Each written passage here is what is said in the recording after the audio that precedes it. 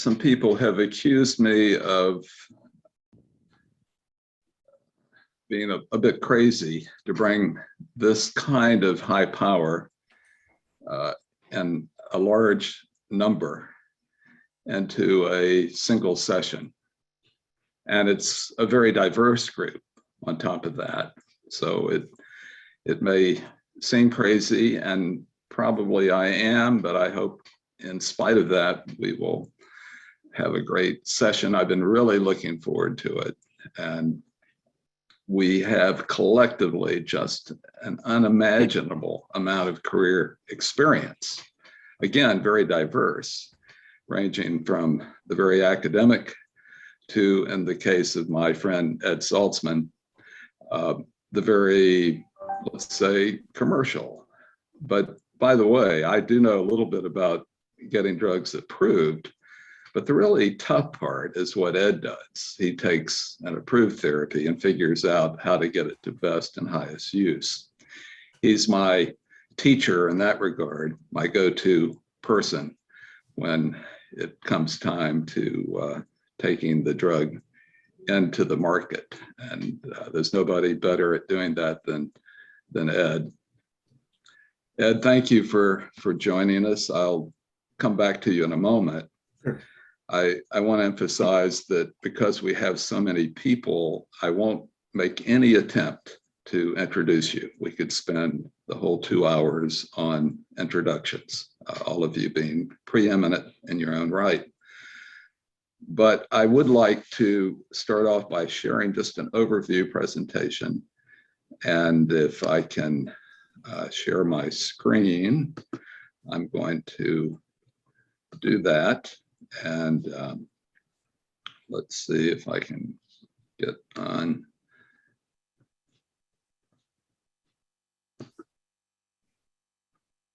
Presentation mode. All right, there we are. As I mentioned, we have so many experts here. It will just not be fair to try to introduce folks, but you'll get a flavor of their background as we go along. And let me see, there we go.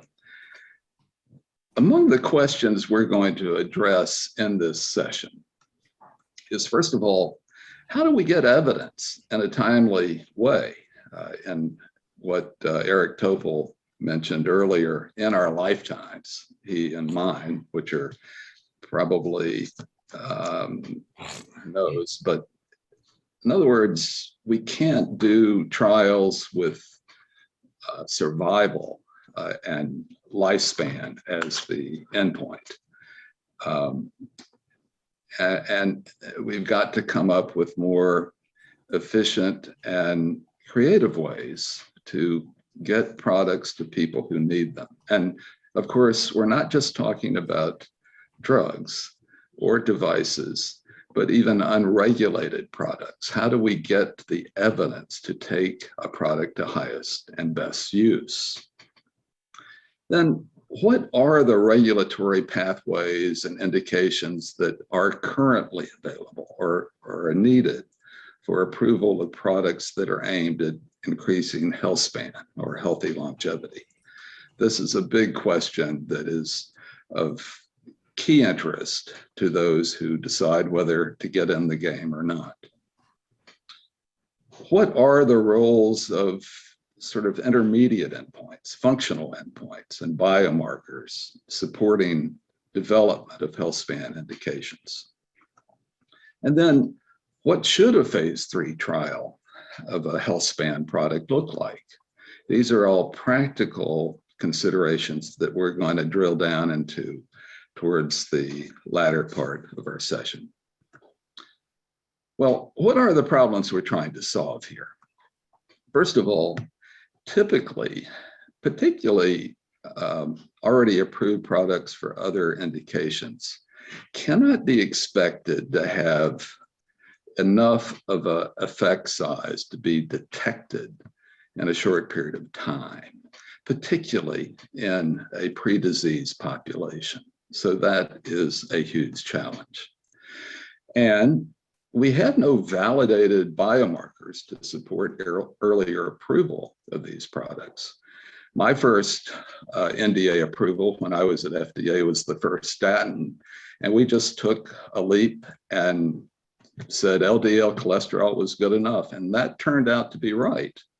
But not all lipid measures have proved to be good indicators, and even LDL cholesterol itself is not always indicative or reflective of overall cardiovascular benefit. And worse, validation of biomarkers could require positive clinical outcome trials of interventions, and these could take decades or more to complete. If we don't have studies that show a difference in outcome, we're not going to be able to make correlations for biomarkers to validate them at that level. Now, given all this uncertainty of what might be required for developing products that we've already heard about in earlier sessions today, we need greater understanding and general agreement of what would be necessary and sufficient to get these regulated products on the market, and to have some kind of confirmation of non-regulated products and their value. And of course, we don't expect to solve this today, but we'll make a start. That's the idea. Now, let's begin with Stephen Covey's, first let me walk through the session.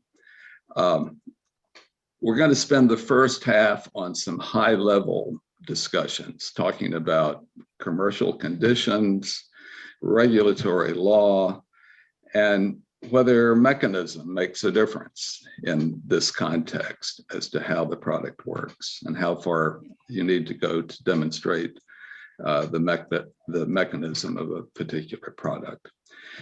The second part of our 2 hours will be devoted to drilling down into these issues, biomarkers, and what I would call stepping stone indications, which might allow us to incrementally get towards a robust Healthspan type indication. And then we'll be bringing Joan Manick back, because she has already, in my opinion, demonstrated proof of concept in a way of taking advantage of a particular mechanism and showing that it can have some benefit or at some level in her case, the incidence of an infectious disease. And then we're going to talk about, and I meant to mention that we're going to talk about biomarkers that Lena Rasmussen has been particularly important in helping to develop.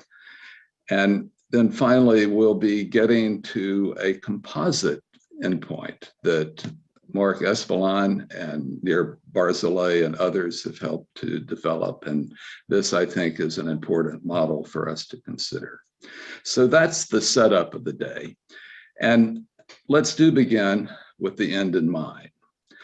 And I would first say that we wouldn't expect that the term health span or healthy longevity would appear in a drug product label, but an indication could look like this. That is, not just for the prevention of one disease, but for multiple diseases. That's absolutely the end goal of what we're trying to do. And to get that, of course, we'll have to see that the product has an acceptable benefit to risk relationship, as Joan Manick was pointing out earlier. And this is in younger people who do not yet have the disease. So the challenge is daunting, but the end is so important. Well, Ed, come back. I'm going to take this screen off and let's talk a little bit about why would anybody want to develop a product that has such long odds or such a long road to hoe. And let's say we had a product that FDA had approved. Who is going to use it? Who's going to pay for it? What would its kind of valuation be? If patients, or not patients, if people aren't going to immediately perceive the benefit, there's no good way of knowing whether the product is working. Give me some of your thoughts in terms of how you would approach these questions. Thank you, Zan.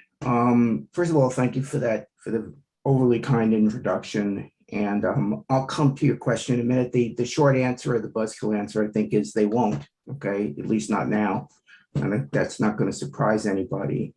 I also note that I'm going to be mentioning throughout comments I may make later, or just brief opening comments, I'll talk about statins as a case in point. And I realize we have some statin royalty on this panel, which is great. So if I say anything idiotic about statins, please don't even raise your virtual head. Just jump in and correct me.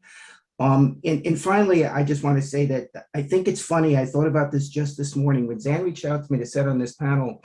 I thought it's like a series of successive challenges he's personally given me every year since this conference started in 2017 in London, when he and Thomas said to me, what I want you to do is be the very last speaker. And I said, oh my God, that's a terrible role. Who wants to be the last speaker? Everybody will be gone catching flights and everything. And they said, no. Not only do you have the last role, but your job is to sum up the whole conference, which meant that I actually had to sit and pay attention to 2 days of scientific and data-heavy presentations and try to make some sense of it. So just by just a very quick point of clarification, because I think it's important. And again, you're way too kind, Zan. But the challenge I had today when Zan reached out to me is actually, I'm not a regulatory person, as he knows well. The panel is 2 hours and loaded with regulatory experts. So if that isn't intimidating enough, then I think the issue is that I'm amused by the concept of preformin. I think it's provocative. I think it's really interesting. I've actually worked in my career on a number of programs that sound exactly like metformin, including one called NuMet and a few others. So I've seen that metformin name, but preformin's a really good one. But if I think through, and I carefully think through the challenge, and again, of all the kind things you said, the only one that might be slightly inaccurate is my focus is much more on the path along the way. It's not regulatory, but it's strategic development. So I'm not saying I don't know anything about the commercial world, but I certainly don't position myself as any sort of expert in the commercial world. So now I've disclaimed 2 areas of expertise. So what the hell is this guy going to talk about, right? So today, I just think what I'd like to see us get out of the panel, in addition to Zan's marvelous, organizational schematic, is just to ask a question and keep this question central to everything we do. And I think it's everything that this conference is about, right? So let me pose the question. And again, we're not doing introductions. I'm not going to introduce myself at any length, except to say that I also disclaim any academic science training. So I've been a proponent of science for slobs for 35 years. I've been hanging around early technology and innovators for a really, really long time. I would contextualize that by saying that right now we live in very transformational scientific times, right?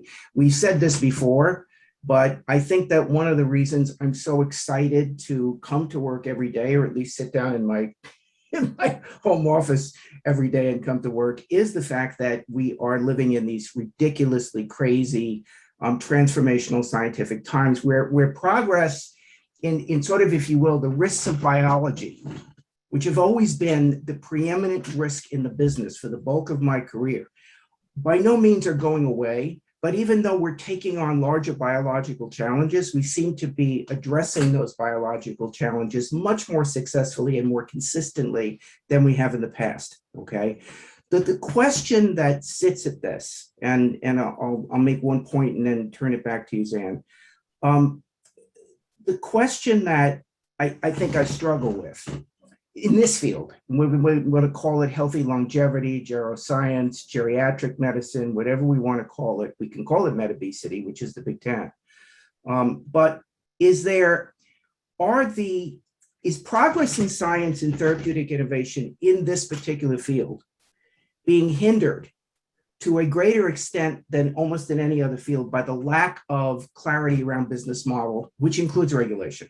Okay, is that in fact, okay, is that in fact an issue? Because if it is, and I think most of the panelists would probably agree that it is, but I think we could have a vibrant debate as to whether it is or not, okay, that, we have to say, if they are, then what's the cost of that? What's the cost of that innovation being crippled? Okay, we don't tend to have those conversations that much in oncology. Okay, we do, right to these days, tend to have those conversations in metabolic diseases. Okay, where these are not the most popular flavors of the moment, and they haven't been flavors of the moment for a decade or more in early venture financing. Okay, which, as we know, is what's necessary to spur innovation. So I would just conclude with that. If the impact of not dealing with this problem, as I think Eric Topol said this morning, a moonshot approach, if the implications are the fact that just the huge personal costs, putting those aside, but just being purely cold about it, that the fact that we're looking at actually a problem that will cripple the economic growth of the United States and most of the developed world, right? So I think that's where I would start. We need product, we need a program. Okay, Zan, to your specific question, what would one look like? Okay, it would look like a product, okay, that is safe, that can be used over the long term in relatively healthy people, relatively healthy individuals without an overt disease, okay, that's classified. And finally, that may be used in subsets of patients who, regardless of what biomarker we ultimately settle on, okay, what biomarker we ultimately settle on, it's going to be so critical that we be able to push that field forward, because those people are going to be the people that are going to be the first candidates to take that medicine, okay? And so I started with statins to conclude with statins. Some portion of statin use, I would say a fairly significant portion of statin use, are drugs taken by relatively healthy people for a really long time to reduce a risk of a long-term complication, okay? But when I say relatively healthy people, I don't analogize immediately to diabetes, okay, where we don't have overtly healthy people, okay? So I'm going to stop there. I think there's a lot of room for a product, but I guess my best guess and answer to your question, Zan, is that it would be a product that was indicated for a clearly identifiable, possibly genotypic group of patients who would be at risk of the development of chronic disease. Let me stop there. And thank you. That's great, Ed. Great way to get us started.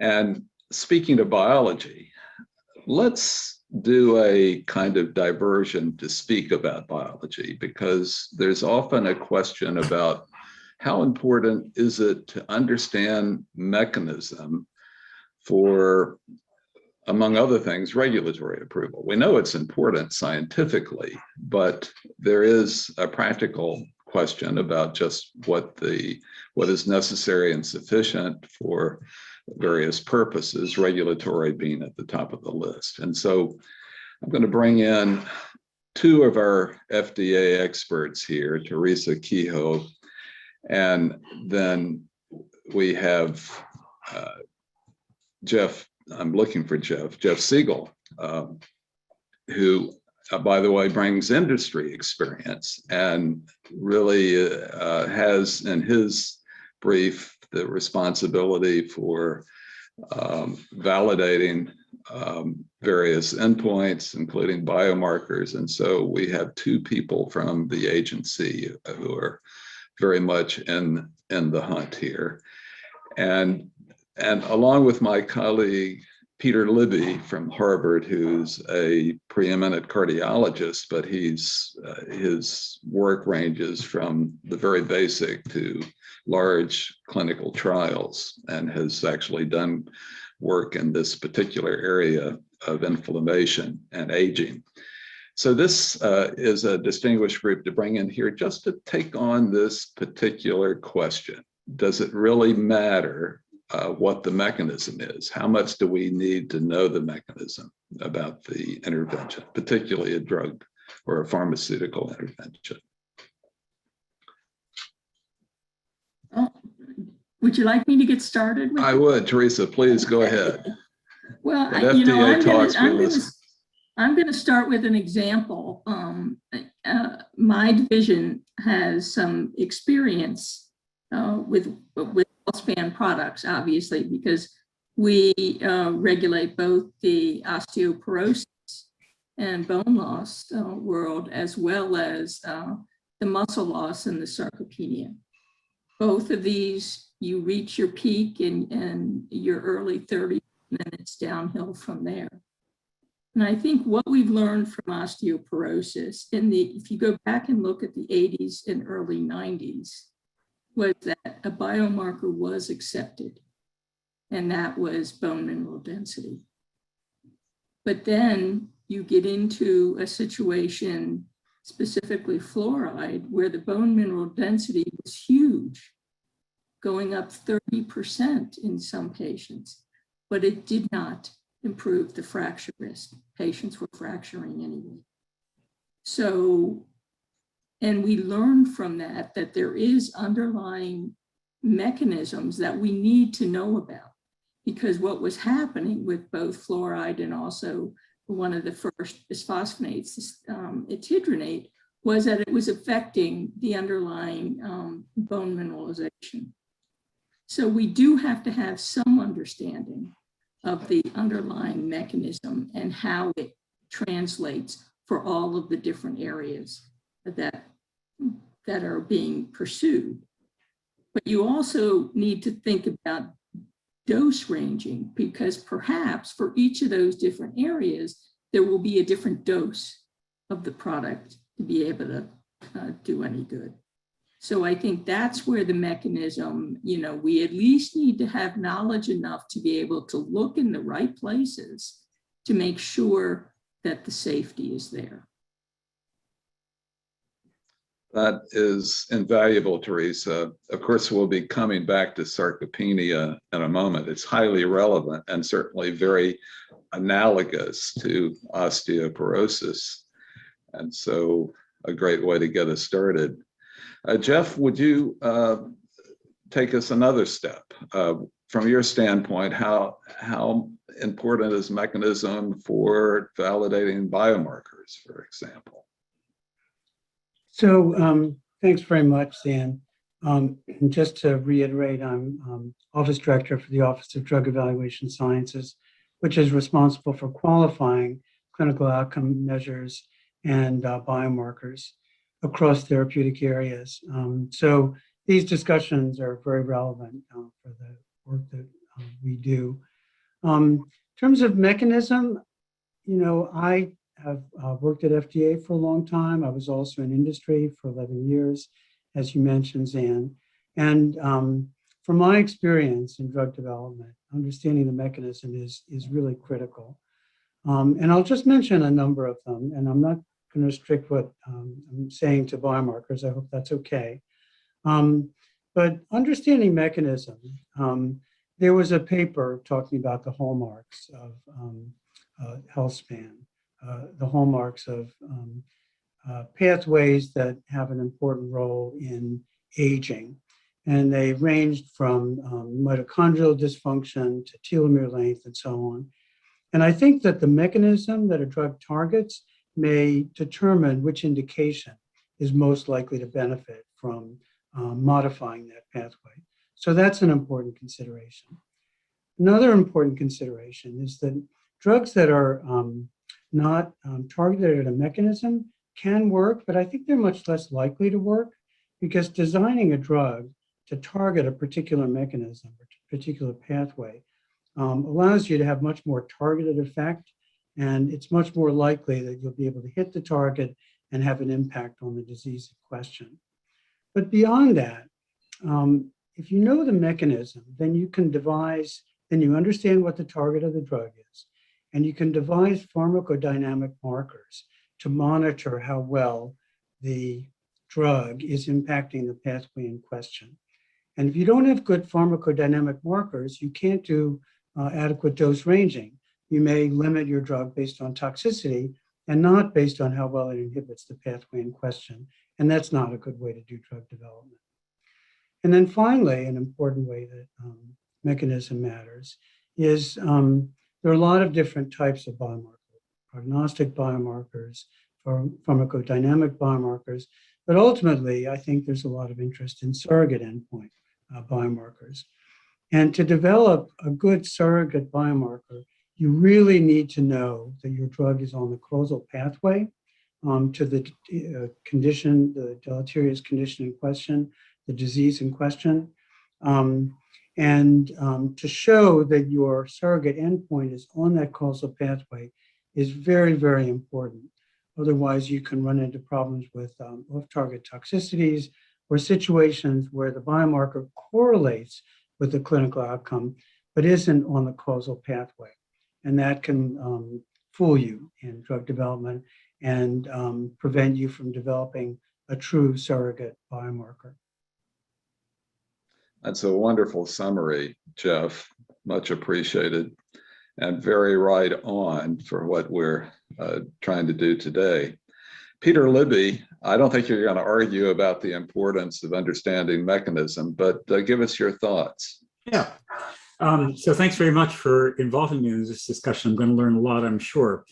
So as wearing my scientific hat, obviously I'm interested in mechanism. It's what I spend a lot of my time thinking about and doing. But in fact, biological plausibility is the last refuge of scoundrels. I think the gold standard has been the randomized controlled clinical trial. And what I'm intrigued by is that we're going to be talking today about therapeutics that may not fit that mold. And I want to learn from you guys about how we're going to move that bar forward. But the thing that we've learned through the decades is humility about mechanisms. We're usually wrong about mechanisms. Okay, the statin example. How are statins working? Well, by blocking HMG-CoA reductase. Except they also block the prenylation of small G proteins, RAS, RAC, and Rho. They induce some transcription factors such as KLF2, cripple-like factor 2. How much of the benefit is due to things that are totally extraneous from HMG-CoA reductase? So colchicine, another case in point. How does colchicine work? We don't really know. I think probably the received notion that it is an inflammasome inhibitor is at least partly wrong. We have remarkable effects on cardiovascular outcomes with the SGLT2 inhibitors. How is that working, guys? Does anyone know? So could that be predicted from what we know about the renal tubular functions? So I think what I've learned in my career is to be incredibly humble about mechanism. Sure, we're going to hang our hat on it and we tell stories about it and we give wonderful talks with beautiful polychrome slides. But in fact, we have to acknowledge the great distinction between our castles in Spain and reality. Peter, I love that. That would be a great lecture for a grand rounds, and I'm sure you've given it many times and places.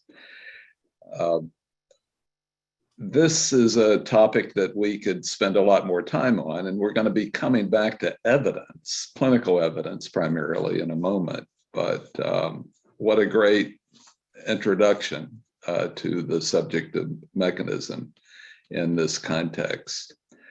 I now want to really change gears and go to colleagues who teach me about the law, the regulations, the policies that pertain to therapeutic development. And that includes David Fox, who was at FDA and the general as a counsel, and is now a leading partner in the pharmaceutical and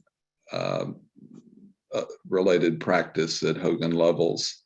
And then Stephen Grossman, who was actually a deputy assistant secretary of health. You were never actually at FDA. You were just sort of over it, and you were on a Senate committee, and you have a lot of relevant experience about how regulations get written, how the sausage is made, and so you two are my go-to authorities on this kind of thing. Let's talk a bit about what are some of the challenges. And Stephen, you put this down on paper. You see some challenges, and I'd like to see maybe a little bit of give and take here with David on that. Okay, well, thank you. I would add that while what I wrote was meant to be provocative, I decided I believed it as well. So take that in mind. I guess my premise is that Healthspan products don't fit, and that somebody in the chat room was talking about breaking down silos. This is only going to work if you destroy the whole property and start from the beginning.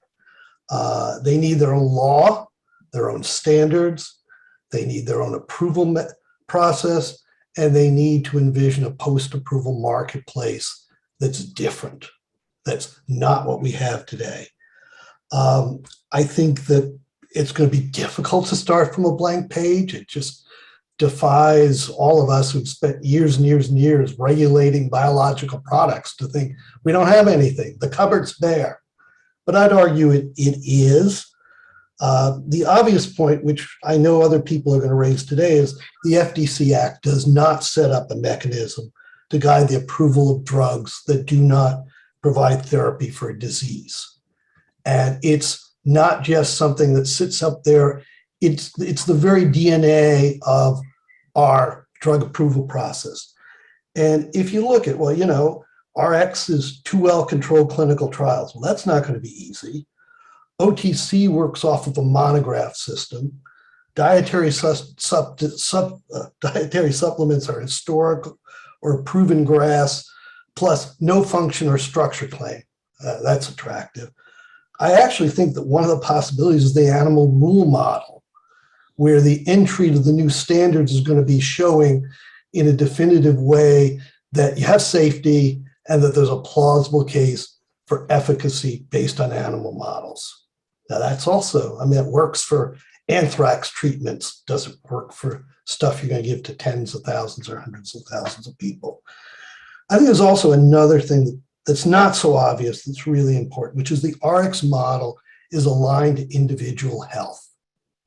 And what we're talking about, except for vaccines, drugs and biologics are not thought of as being evaluated for addressing population health.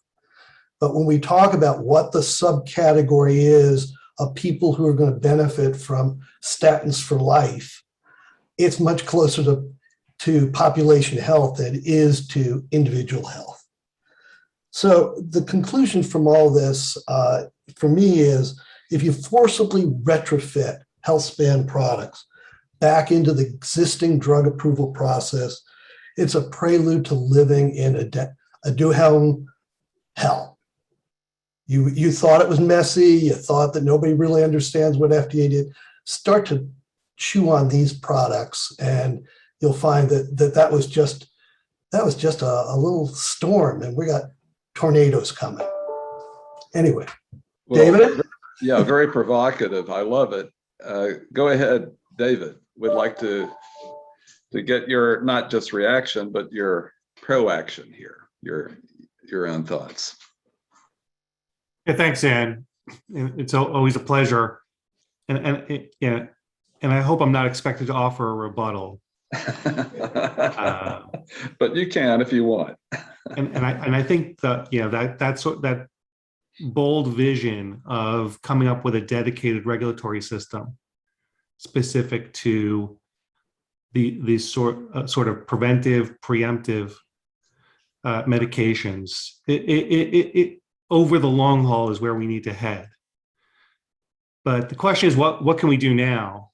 Because we all know that a legislative overhaul creating a whole new category of products is a multi-year undertaking, if not a decade-long undertaking. And in today's politics, who can predict? So, we have to look at what we have right now, and just as to get us to the basics, the Food, Drug, and Cosmetic Act, the law, defines a drug in a way that goes beyond just treatment, cure, or mitigation of disease. It expressly includes the prevention of disease. As Theresa pointed out, we're not unfamiliar with prevention claims. Osteoporosis is probably one of the best examples for treatment or prevention of disease. But beyond that, it is fairly slim pickings. It's we have, however you want to add it up, about 5,000 NDA approved drugs, and only about 500, 1 in 10, include a prevention claim. And most of those are prevention of infection, seizure prevention, prevention of migraine headaches, prevention of recurrence of a disease state, or prevention of harm from a side effect or from a procedure. So they're all really, even the overwhelming bulk of our prevention claims, which themselves are relatively few, about 1 in 10, are all associated with some sort of an acute occurrence. So it is as Steve said, a bare cupboard. But that being said, the language, the legal basis for FDA to consider prevention is there, and I think with conferences like this, Zan, with your effort, and the collective effort, I think we need to really figure out an advocacy strategy for going back to FDA and opening the door to prevention. The law is there. It's just it's more of a behavioral science question, or as much a behavioral science question, a Malcolm Gladwell question, as it is a medical, David Sinclair, Zan Fleming question. So it's the behavioral science piece about how FDA is thinking about disease that needs to change. And there are tools. So we've all heard about patient voice, and we know that the patients who are most, and patient advocacy groups are the most effective, are the ones who are most acutely affected by the disease. That's perfectly understandable. But I think we really need to get patient advocates to start working on the prevention piece. And we've seen over time how organized patient advocacy can really move mountains. And so I think that is one tool that's available and can be brought to bear. Second is the biomarker qualification system. It's cumbersome. It's a public process largely. And so you are doing a public service, and it has that, that issue associated with it. It's not a proprietary process, but it is there. I think it's, the door is open, particularly for academia to use it in our case. And I think also using it tactically to start the conversation with FDA in a concrete way outside of the four corners of a clinical development program could be an effective way. And again, if we ever want to get a legislative solution, I think showing our failures as much as our successes will be very helpful. Third, there is a model in some ways for what we want, and that's health claims for foods, which is more of a sort of consensus substantial scientific evidence standard than it is an adequate and well-controlled clinical study standard. And I think exploring the types of compounds we might be able to push through on the health claims side is another kind of avenue to explore. Again, as much as it may result in rejection, the rejection may also illustrate the problem. A fourth, if you want to get more clever about it, is the issue which we don't pay as much attention to, which is safety.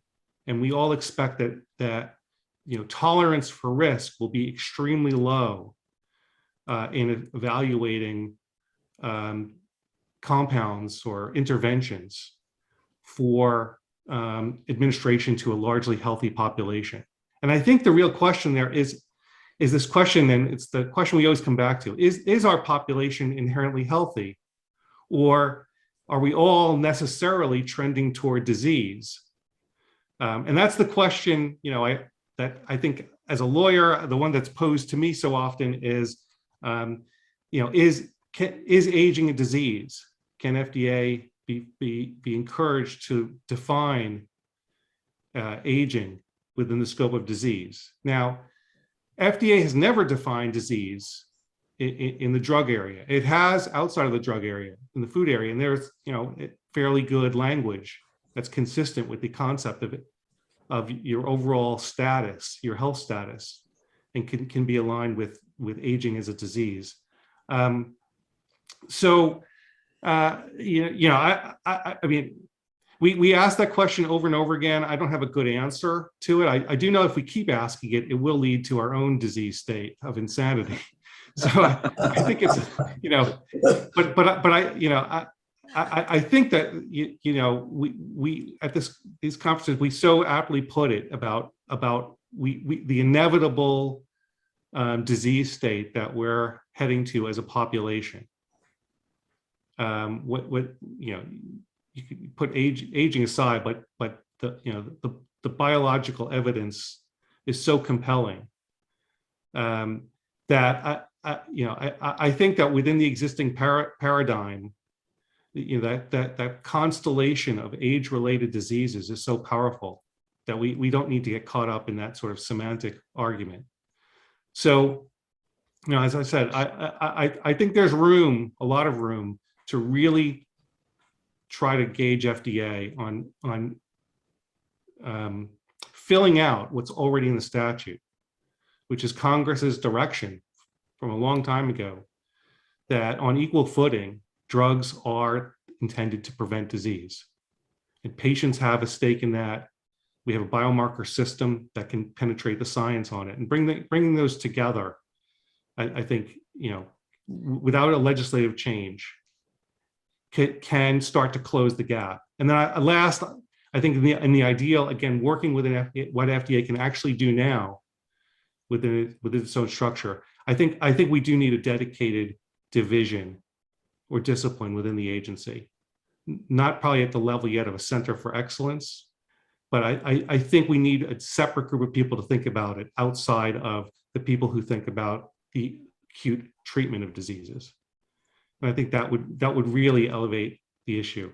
So thanks, Ann. David, wonderful. That was an eloquent summation. I really, I'm quite thankful for that. And we could spend some more time, a lot more time, just on this very topic, but I would like to bring in some other folks to talk about evidence, in this case, clinical evidence, because that ultimately is what it's going to take. We have a lot of animal model data of interventions which improve lifespan. I would hold up, though, Matt Chamberlain's rapamycin dog study, which I would say if he's able to show a benefit, a survival benefit in dogs, we ought to be looking at that as at least supportive evidence that the product is working. Survival generally trumps everything, but if you see that in a species like dogs, you might expect that to hold in humans. But let's stick with clinical evidence for now. And we've got great people to do that. Warden Cutler, a fellow endocrinologist, but with great experience in industry and pursuing various relevant indications like sarcopenia. Theresa, certainly we want to stay in the conversation. Jeff, I hope you'll join us here. And even Sue Jane, we need the statistician to keep us honest, so feel free to chime in. And then Brian Harvey, my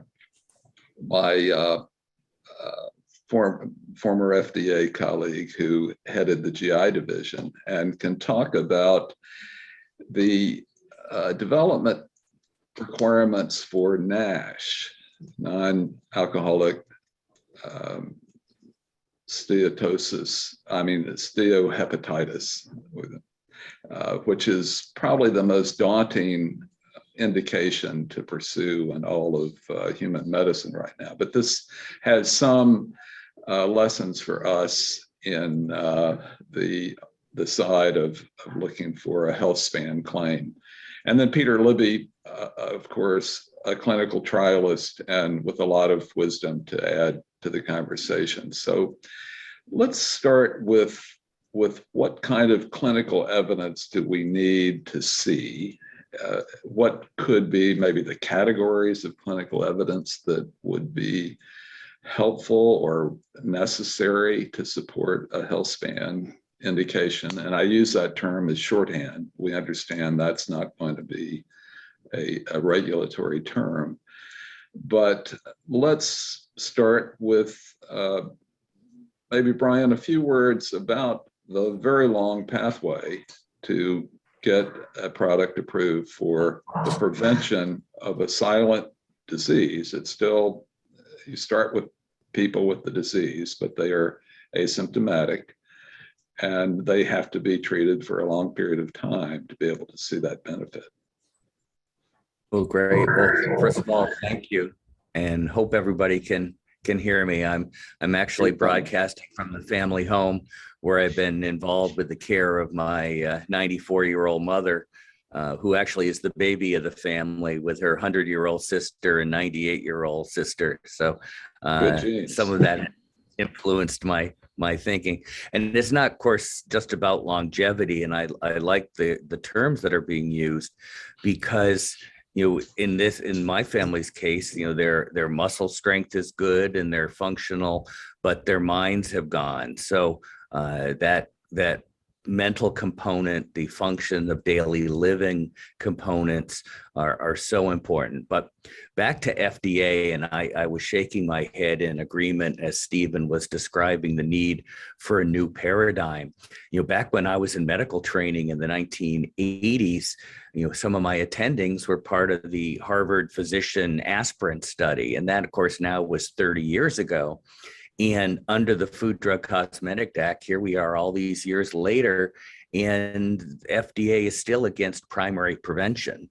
So, aspirin is a pretty darn safe product, and yet, Bob Temple and others don't think it's yet met the bar of primary prevention and only secondary prevention. So that I'll put that on the back burner, but that sort of is what we're up against. But in the NASH field, fatty liver, and I call it, NASH is the failure of primary care. So many of the case studies of NASH patients are patients who have had poorly controlled diabetes, hyperlipidemia for 20 years, who then go on to find that they have elevated liver enzymes and get a scan and they find their liver is either full of fat or inflamed or cirrhotic. Wonderful potential to intervene long before NASH, and NASH treatments have been a real challenge. Every day you can read in the press the latest failure in the NASH space. And I think part of that is not only because we still don't understand the progression, how many patients go on from a fatty liver to end-stage liver disease, and how many of those patients actually die of their liver disease. And of course, the paradigm, the prime directive of the FDA's accelerated approval is how well does that surrogate or intermediate clinical endpoint actually predict clinical benefit. And the problem is, if over half the NASH patients die of cardiovascular disease, are we really going to see a benefit of a reduction of one stage in fibrosis score from a liver biopsy, day 0 versus 18 months later? So, and yet industry and others who are backing the development are so focused on trying to minimize the amount of time it takes to get the product approved. They're sort of missing the point that underlying pathophysiology, which is only partly known, isn't going to change. If it took 20 years to get the patient to that point, you're not going to change course in 18 months. And there's a huge potential economic and public health potential for treating these patients, but it's not going to be a quick fix. And we saw a year and a half or so ago that Intercept, who appeared to every step of the way follow FDA's guidance on how to develop an ASH drug, then submit their application and they got a complete response letter. And, the world has sort of been thrown into disarray because FDA hepatology division, and now there's a dedicated hepatology division, my old GI division, which I always told John Jenkins was so busy, eventually got split up into 3 divisions. So I see that as vindication that it truly was busy. But this dedicated group has not yet been able to come up with an alternative paradigm. They're saying that the 2018 and the 2019 guidances are still in effect. And yet we have this complete response letter hanging out there. And of course, the FDA is, I'm sure, concerned, and as are we. An accelerated approval only gets you so far. And if the outcome trial at the end of the process does not confirm benefit, FDA does have that right to withdraw the accelerated approval. And on the oncology space, accelerated approval has been under attack. And of course, in the Alzheimer's space, Congress has been up in arms over the Biogen approval, and that has a chilling effect on FDA staff. So I think we need to change the Food, Drug, Cosmetic Act. I think Congress needs to understand that, yes, they have oversight responsibilities, but I don't really want our friends on the House and the Senate side to be involved in the approval, and review process.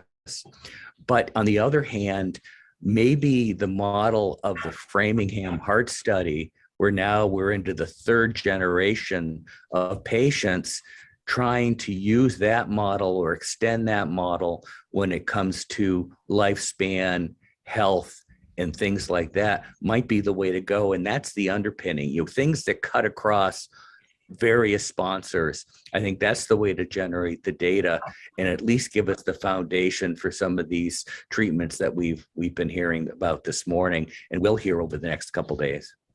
That's great, Brian. I heard a little resonance with Stephen Grossman, and provocative and yet very constructive and helpful. Let's go to Gordon Cutler, who is a veteran drug developer, therapeutic developer, let's say, and starting with a basic science and an endocrinology background, you've been looking to improve outcomes in people ranging from post-surgical stress to sarcopenia of various stripes. Gordon, what are your thoughts about getting evidence that would support a robust indication, sort of like the one that I put up on the board? Thank you, Jan. I think I want to respond first to some of the thoughts of the panelists, and just to say that I agree with Brian and David and Stephen that ultimately a change in the law would make everyone's life a lot easier.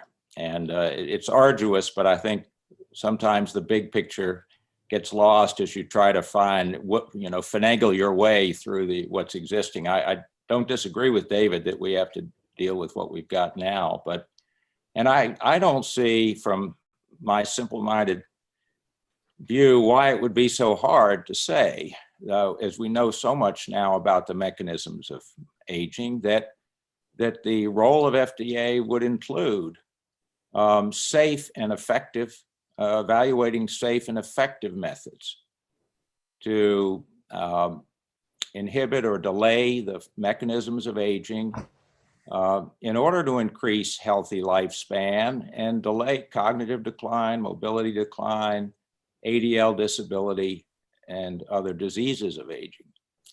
And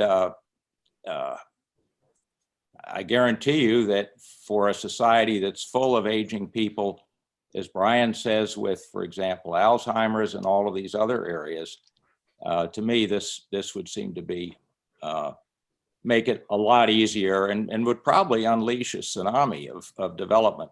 Now, it will have huge complexities. Just how do you define healthy lifespan? I think once you have Alzheimer's, you don't have it. But so there are a number of questions that would have to be. But I think if it were the FDA mission, one would go further.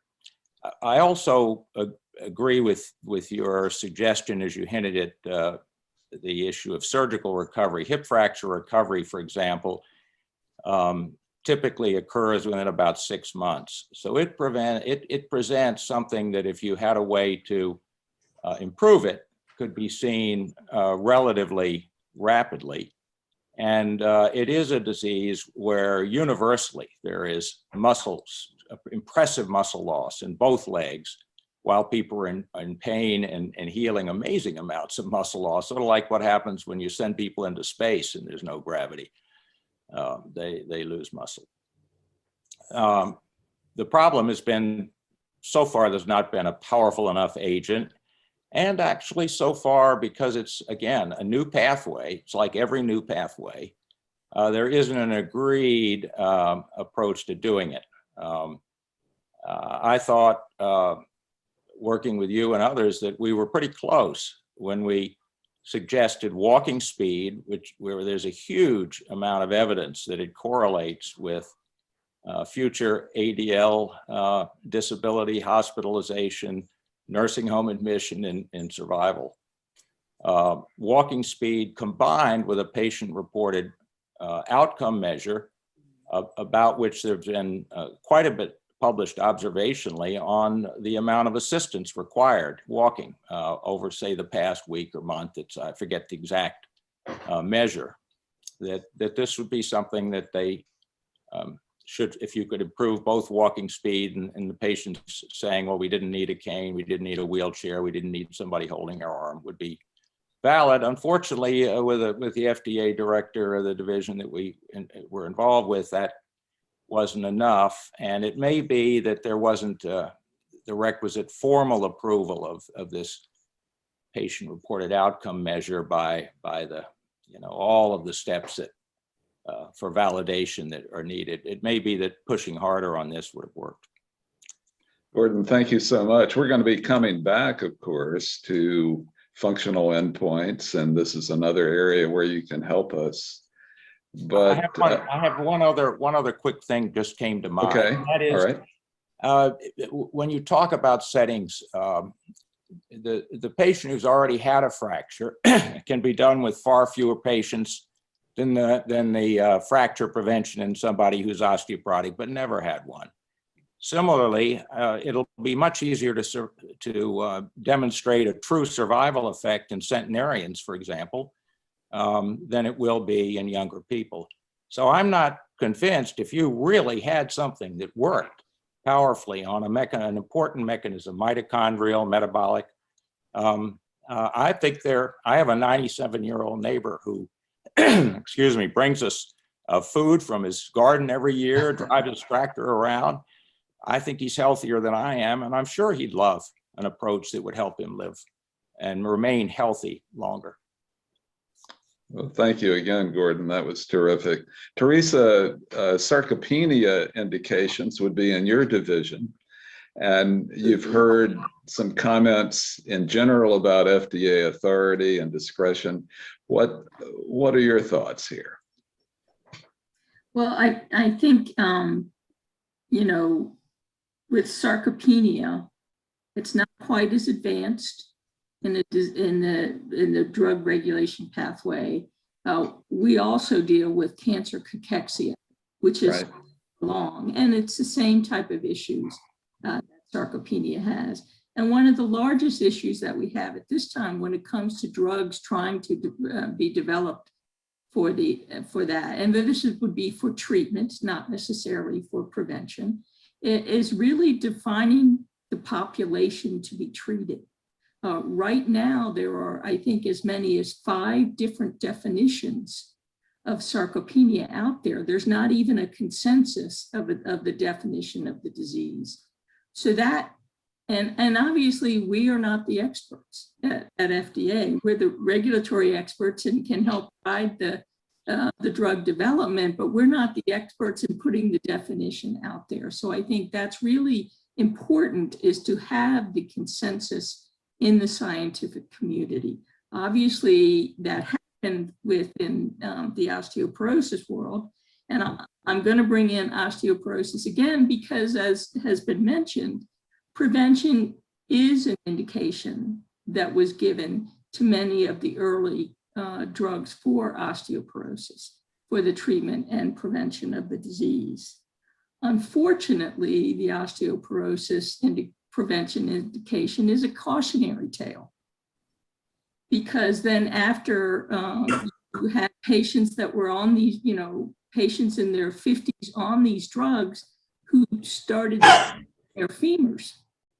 And then you had these very rare but very serious side effects that became notable in the post-marketing setting, with the osteonecrosis of the jaw and the atypical femoral fractures.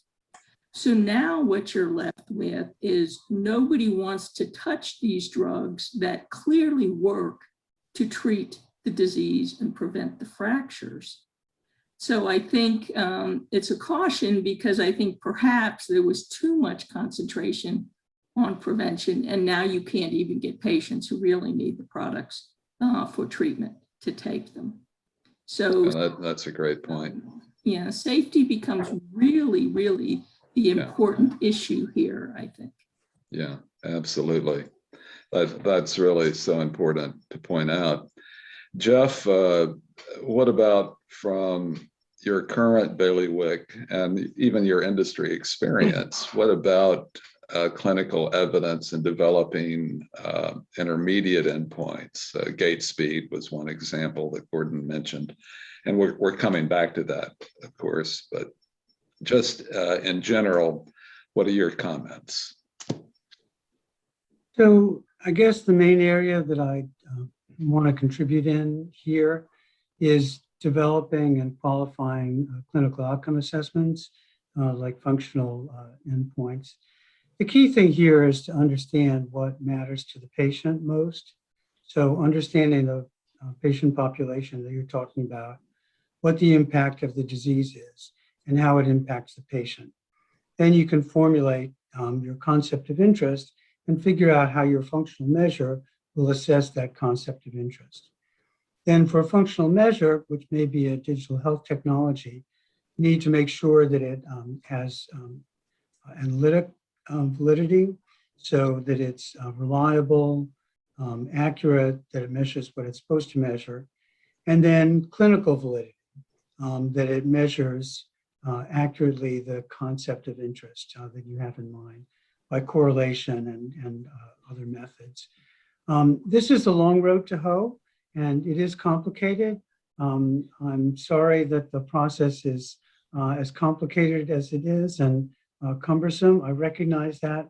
Since I started in my current position in February, it's been a key goal of mine to understand what the stumbling blocks are in the way of qualifying more clinical outcome assessment measures, more biomarkers.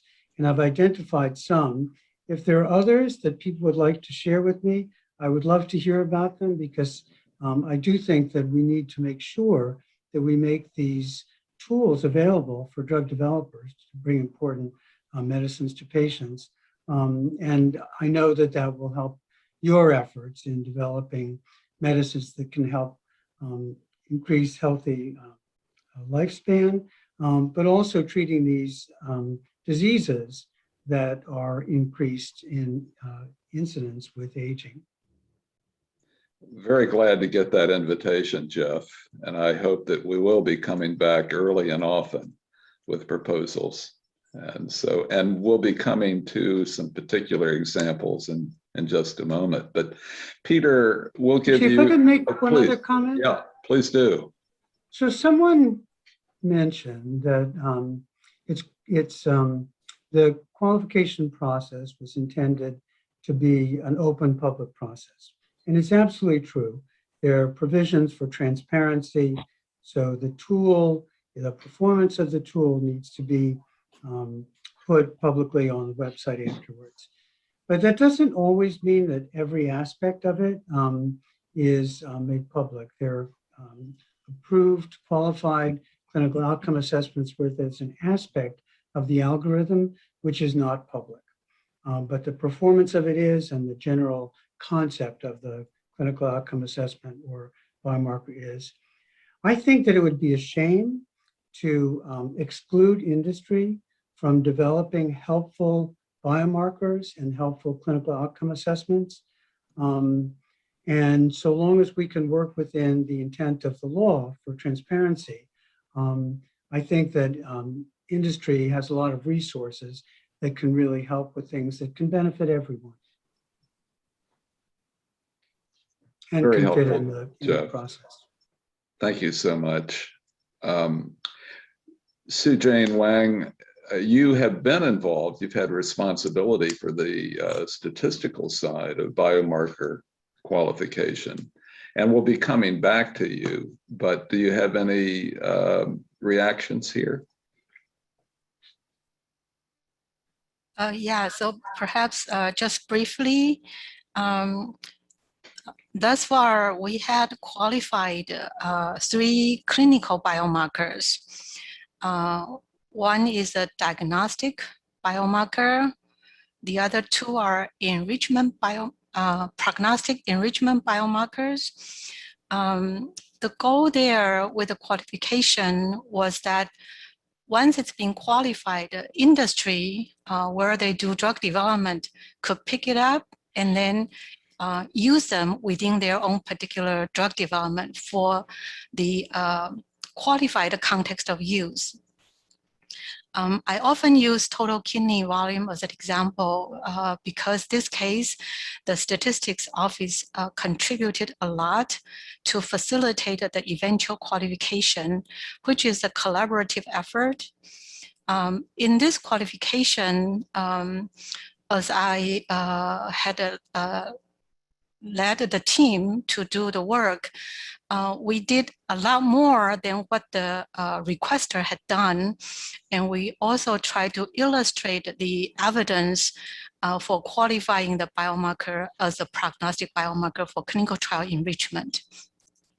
Eventually, the total kidney volume as a prognostic enrichment biomarker, after it's qualified, we actually told the requester that they probably should consider the qualification as a surrogate endpoint, for example, or reasonably likely surrogate endpoint, that they would need to go through yet another round of qualification because now the context of use has been changed. With that, in my mind, I have been waiting for such submission to occur. But interestingly, through the individual drug development, multiple clinical trials were done. Not only they look at the total kidney volume biomarker as a prognostic biomarker, not necessarily enriched in the clinical trial, but was able to find the benefit of the total kidney volume as a outcome measure. But that benefit without the actual clinical eventual outcome is unclear. And that the division now is actually looking at the total kidney volume biomarker as a reasonably likely surrogate endpoint. So it didn't go through the qualification space, but it did allow the advancement of the drug development through that initial qualification and be able to move one step ahead. So I thought that's a utility for that intermediate clinical evidence, not a true clinical evidence as yet. That's a very helpful story, and I will come back to it as a mechanism or a kind of approach in itself by which there can be a sort of stepwise use of an endpoint. So thank you, Sujane, very much. Peter Libby will give you the last word. You can sum up the entire session here on the importance of clinical evidence. I'd like to make a clinical observation. Please. That is, most of the males on this panel have gray hair. And I would like to actually enlarge the conversation to encompass the other side of the spectrum. Let me explain why. Because as a preventive cardiologist, I'm struggling with how we deploy preventive therapies not to the old, but to the young. We now are in possession of very potent and validated polygenic risk scores so that I can tell a neonate, probably tell a fetus, what their cardiovascular future is going to be like. Now, the way that I put this, if any of you are reviewing my grants, please read this beautiful poetic part, where I say that the polygenic, what you inherit from mom or dad, is the sketch on the canvas of cardiovascular risk. And that how you make the full portrait depends on your behaviors and your exposures. So we have in hand today tools where we can tell that a kid has a higher cardiovascular risk. Now, obviously, we're going to do everything we can with lifestyle, and we all know the obstacles and barriers to affecting lifestyle change. But in terms of pharmaceuticals or therapeutic approaches, how can we show, how are we going to show that if you treat an 8-year-old that you're going to be improving outcomes? So it's the same problem, but on the other end of the spectrum. And I don't want you guys to ignore that, because it's a huge opportunity for prevention and for successful aging if we start really in youth. So it seems to me it's the same generic problem, but I just want to put that on the table to expand the conversation. Yeah. Well, I love that point. It's right on the mark. And, we could spend another few hours on this particular topic, but let's start to drill down into various specific approaches that could be used. And you provided a great segue to Lena Rasmussen, who, Lena, if you'll share your screen, Lena is she's obviously very young, and that's what we want to have more of in our field, not just old folks like me. And so, Lena, we're delighted to have you give this presentation on 2 different approaches that you've been very involved in, gait speed and chronic inflammatory markers as biomarkers. Yeah, thank you so much for inviting me. I'm very excited to be able to share some of our findings, most of which comes from the Dunedin study, which I've been working with the Moffitt-Caspi lab at Duke University. So I'll just give a super brief overview of some of our findings on gait speed and systemic chronic inflammation. And the point of this is to show you that there is a variation in these biomarkers already among people in their 40s, and how this variation is biologically meaningful so that it can distinguish people who are faster aging from those who are slower aging. So please let me know at the end if there's any questions, then I can elaborate. And I hope you can all see my slides. We can. Yeah, great. So the data we used comes from the Dunedin longitudinal study, which follows a population representative birth cohort of 1,000 individuals who were all born in the city of Dunedin in New Zealand in 72-73. And these participants have then been followed for their entire lives all the way up to the latest assessment in 2019, when all the participants were 45 years old. And this study is very famous for its very comprehensive data collections and also for its really impressive retention rates. For example, the last assessment at age 45, 94% of all the participants who were still alive took part in the assessment. So at age 45, gait speed was measured, and then I'll also share some findings on a newer inflammatory biomarker that we've investigated, which is called SUPA, and we've looked at that at age 38 and 45. So since this study is still a very young cohort, we don't have a lot of data on traditional aging outcomes yet, for example, disease development or mortality. but there has been collected very rich data on other validated aging outcomes. For example, MRI scans of the participants' brains, full cognitive assessments, different measures of physical function, and then of this measure of facial aging, where we had independent raters assess how old they thought each participant's face looked based on standardized photographs. And this picture summarizes the facial age results by showing composite image averages of the 10 slowest aging, average aging, and fastest aging study members. And it's pretty striking to see how big a difference there is, because all of these people were actually 45 years old. So in addition, we used a quantitative measure of biological pace of aging, which assesses the functional decline in 19 biomarkers across multiple different organ systems. And this was assessed between age 26 and 45. So gait speed is a very interesting measure to use, and we've heard about it several times today, but it's a good and very quick and easy measure of functional decline. And the reason is that a simple thing as how fast a person walks depends on the function and interplay of many different organ systems at the same time.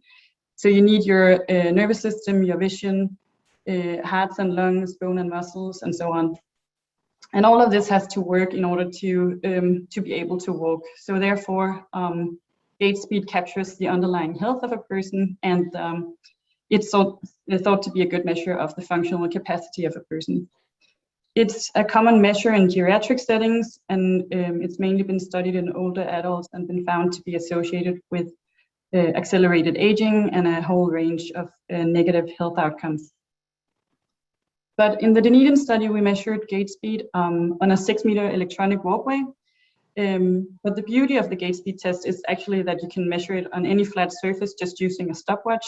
So that makes it a really easy and convenient measure to implement in different clinical and research settings. We measured gait speed in three different ways. The usual gait speed, which is just the normal walking speed of a person. The dual task gait speed, which is where a person is asked to walk at their normal pace while reciting alternate letters of the alphabet out loud. And that's actually a lot harder than it sounds. You should all try it. And then the maximum gait speed, which is just to walk as fast as safely possible without running.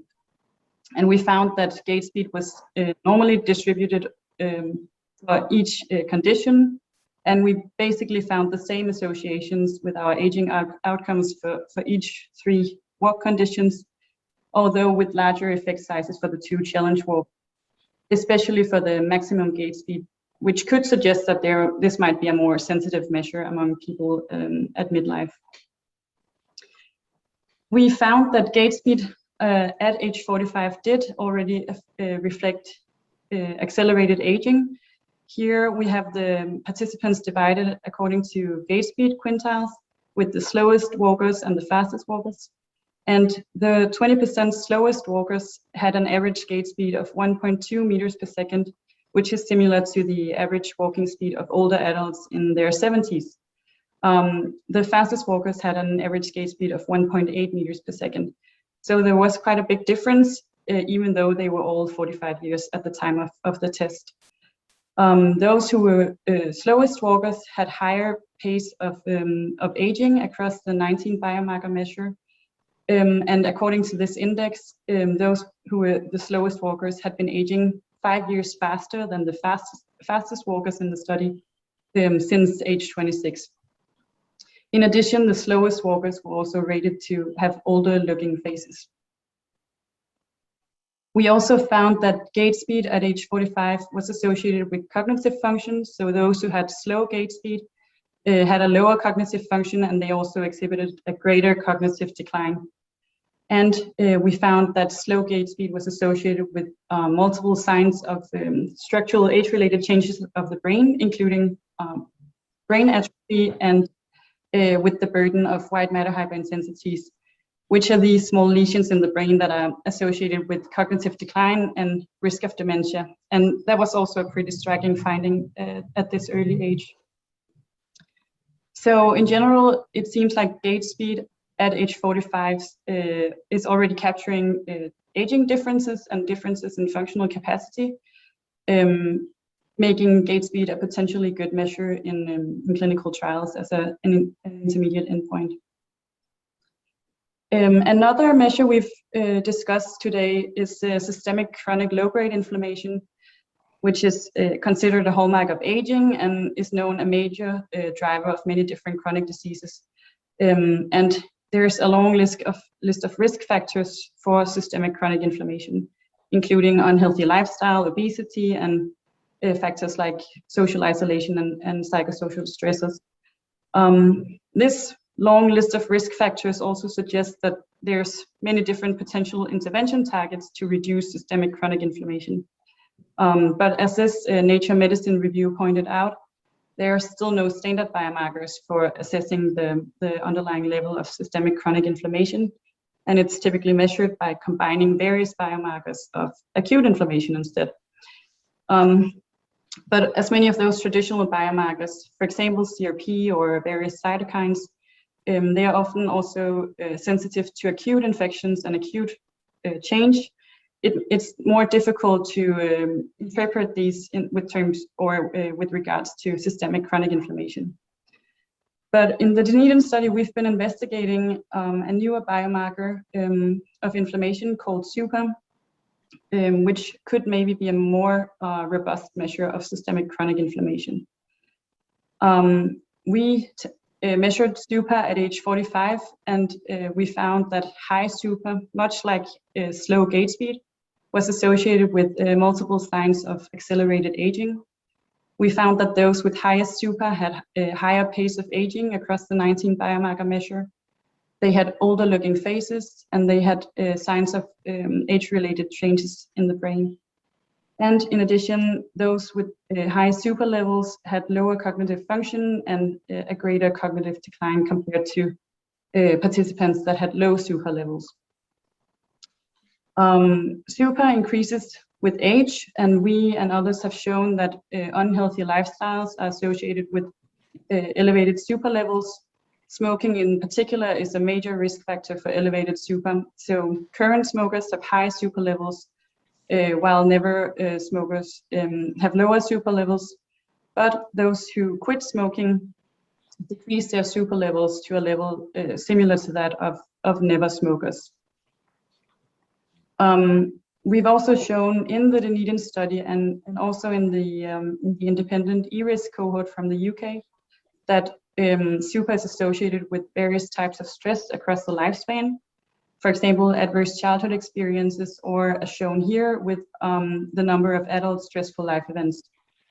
Interestingly, we found that neither CRP nor IL-6, which are two classic inflammatory measures, were consistently associated with neither ACEs nor adult stressful life events in these studies. So the findings from our studies add to a growing body of evidence that suggests that SUPA could maybe be a potential biomarker of systemic chronic inflammation. The blood SUPA level can be easily measured just with a standard ELISA, and SUPA lies between early risk factors and more distal outcomes in that it's associated with a wide range of the same risk factors as systemic chronic inflammation and age-related disease in general. And it's associated with a wide range of diseases, including many chronic age-related diseases. It's associated in the way that it's both predictive of and elevated by different diseases.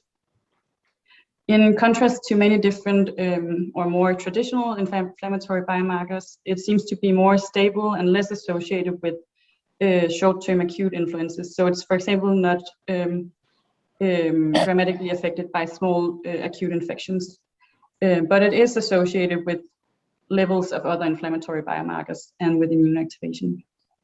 And then SUPA can be, the SUPA level can be altered by various anti-inflammatory interventions or lifestyle changes, such as quitting smoking, or by treatment of disease, making this a modifiable risk factor. So just to sum up very briefly, we found that both gait speed and SUPA are two measures that are associated with aging already in a population representative cohort at midlife. As both of these are associated with the 19 biomarker pace of aging, there might be interesting targets for intervention among those 19 biomarkers. And also super, for example, could be a potential endpoint which could be used in intervention study as an effect measure to test whether various interventions on health will result in a decreasing super level without having to wait for many years for traditional outcomes to develop, since it's strongly associated with disease development and also with mortality. Yeah, so that was it from me. Thank you very much. Well, thank you, Lena. That was right on the mark. Could not have been better for just what we need as food for thought.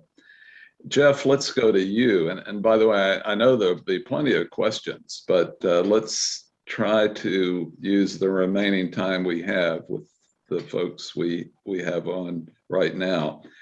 Jeff, we have an example of a biomarker candidate and a functional endpoint.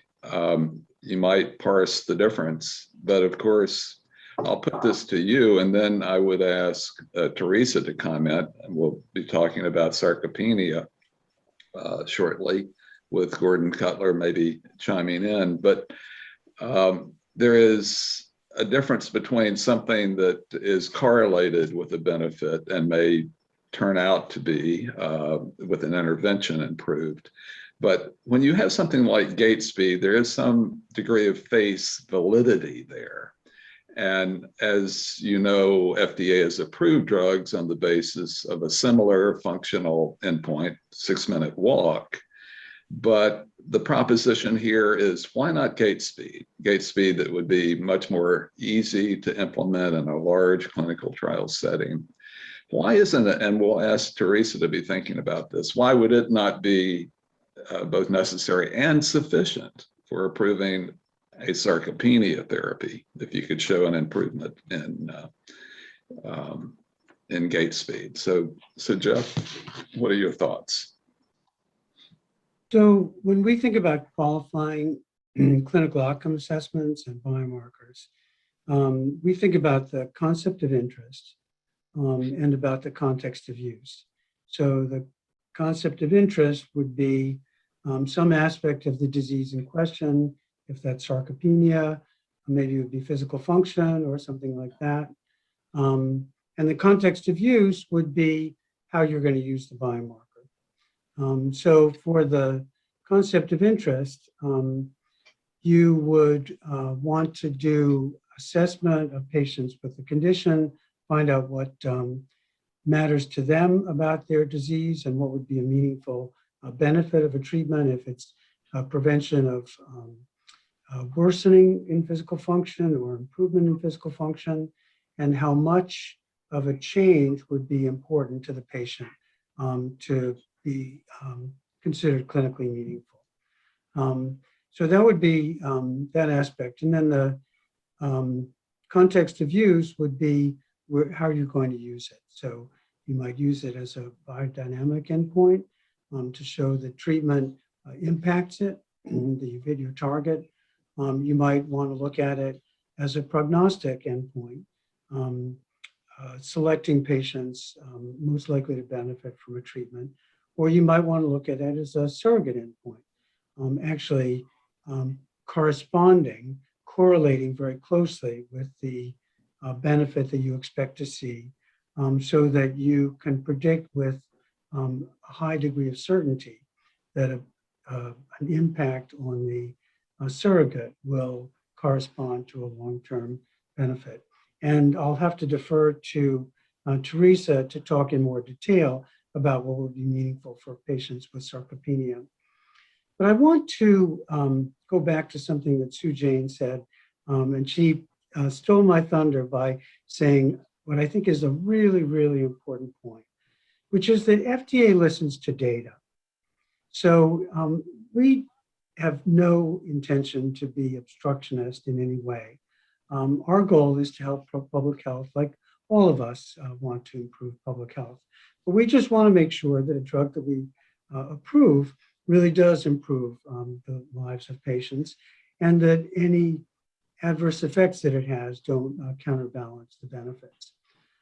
So we listen to data. If you bring us data that the treatment in question has a particular benefit, well, we'll pay attention to that. Similarly, for biomarkers, if you try to go too quickly to a surrogate endpoint, amassing the amount of data to approve a drug based on a surrogate endpoint, it's just daunting to even imagine how you would go about amassing all that data. But if you do it step by step, it can happen in a very simple and organic way. So you can start with a pharmacodynamic endpoint and demonstrate that it does measure the ability of the drug to hit its target. You can look at it as a prognostic endpoint, show that it levels of the biomarker like gait speed correlate with outcomes down the line. That would provide evidence that it's a prognostic biomarker. Then you put it into randomized clinical trials and show that the change in the biomarker correlates very closely with the clinical outcome assessments. Then you're in a very good position to argue that it can be used as a surrogate endpoint. So doing it step by step, by baby steps, is probably a more realistic way to get to the goal that you want, rather than going right away to a surrogate. Well, that's very helpful again, Jeff. Let's, as you suggested, go over to Theresa and take the example of sarcopenia. And Gordon Cutler is coming to you to propose gait speed alone as a primary efficacy endpoint with a stated effect size that is viewed or is actually shown to be clinically meaningful. What's wrong with that? Well, I think we need to see the data, as Jeff has already. Of course. And I think right now, one of the struggles that we have is in the sarcopenia realm. How much do we need muscle mass measurements? Do we need to see that the intervention is increasing the muscle mass as well as increasing the muscle strength or muscle function? This is where the various definitions of sarcopenia can, it depends on who you talk to. There's really not a consensus. That's one of the issues that, and one of the struggles that we have in the field. I know there's been a lot of look at not only gait speed, but also hand grip strength. And the correlates of hand grip strength, when you look at the FNIH project, didn't correlate very well. Depending on how you looked at the data, the correlates were different.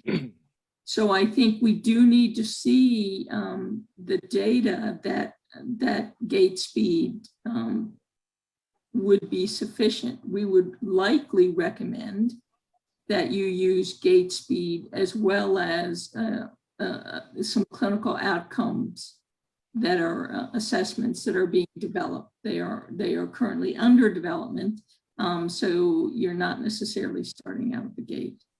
And then the question becomes whether we would need to see the muscle mass increase as well. Well, Nir Barzilay just made the important point that what we really need to do is to prevent sarcopenia, not to try to reverse it, because reversing it has been dauntingly difficult. But here's the point. If we can show a difference in the decline of muscle mass and function, why would that not be a valid way of approving a therapy for healthy longevity?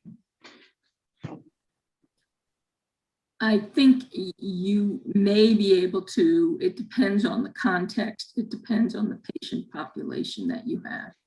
And the other question that arises from this, in a lot of very chronic diseases, you are using the pharmacologic intervention as an adjunct to other things. Like, would you and we have not required it, but I think it's something to be thought of, is would you require the intervention to be an adjunct to resistive exercise, so that both groups get resistive exercise? Is that actually sufficient?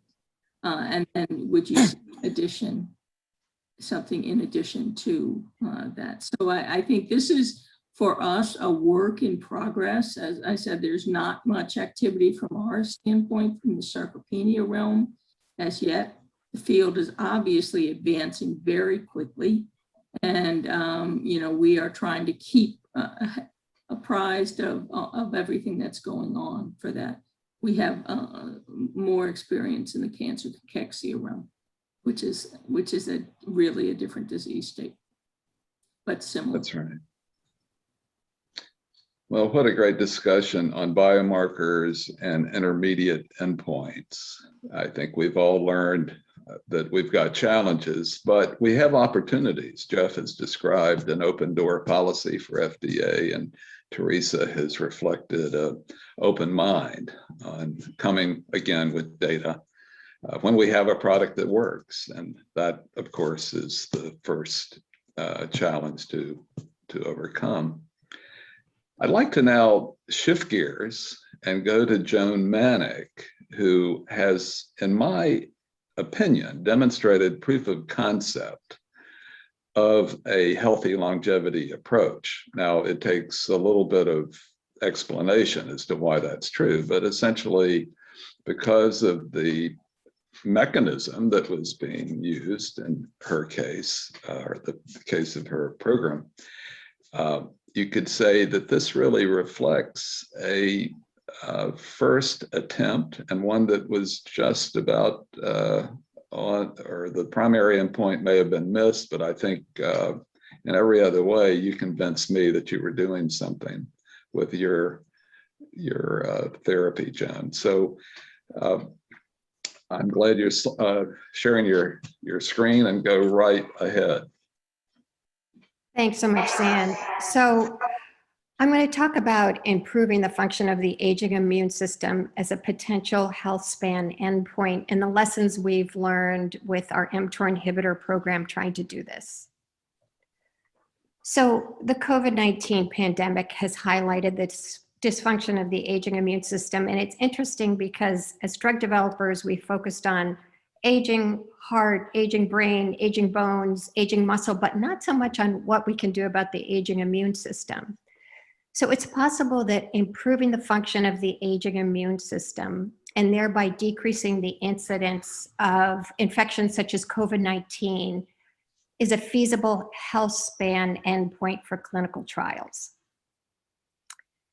And it's possible we could improve the function of the aging immune system by targeting one or more of the mechanisms underlying aging biology. And I'm going to focus on the activity of the protein kinase Mtor, which plays a fundamental role in why we age, and studies we've done looking whether Mtor inhibitors could enhance immune function in older adults. So there's a lot of potential benefits of improving the function of the aging immune system.